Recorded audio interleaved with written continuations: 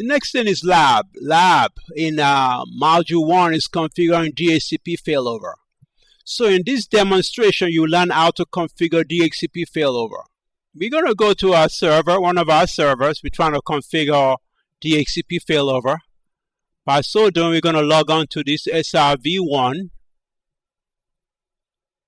We're going to log on to it. The SRV1 is supposed to have 2 NIC cards.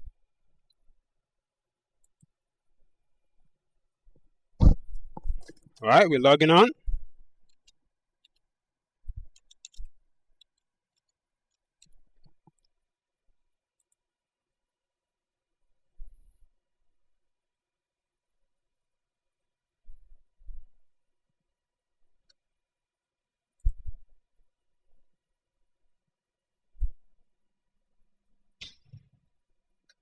Okay.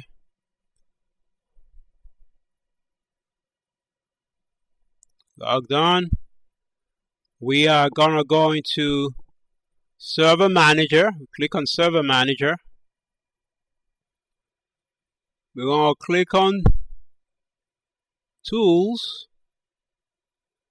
We're gonna click on DHCP.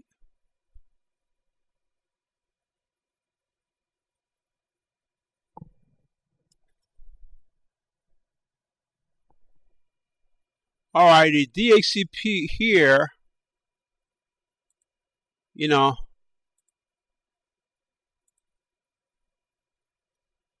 okay, this is DHCP right here. We got DHCP. Then we will close this down.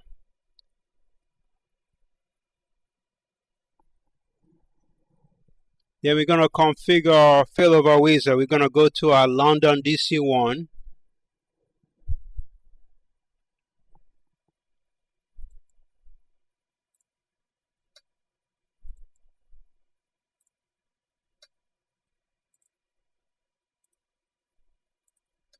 We'll log on to London DC1.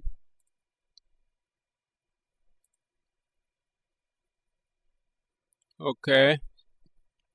Fully loaded. We're going to go to Server Manager, which is loading. Okay, Server Manager is loading. Let's give it a few seconds.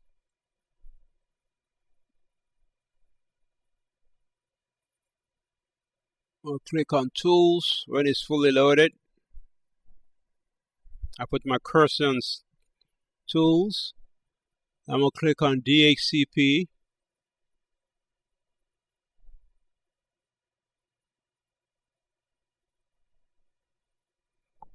Okay. I'm going to expand my machine. I will right click right here. We'll go to my machine.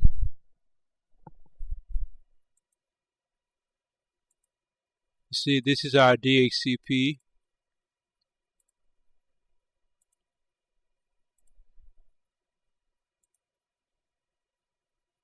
So I'm going to right click IPv4. I'm going to click on Configure Failover. Okay, it's loading. Let's give it a second.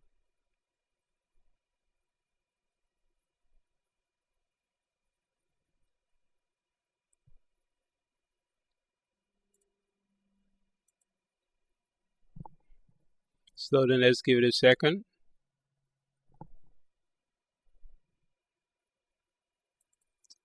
Alright, I'm going to right click again and click on Configure Failover. Alright.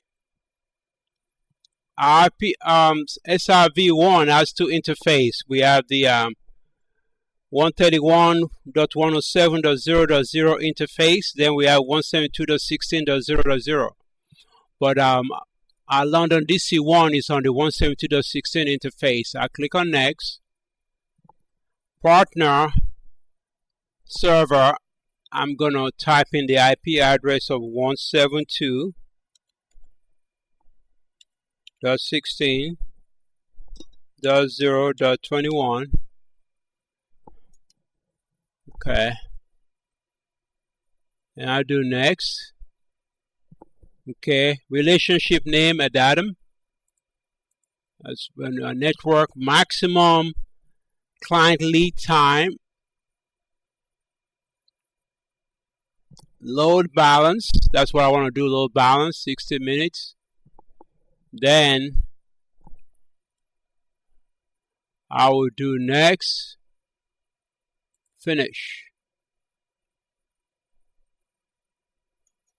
Said it's successful.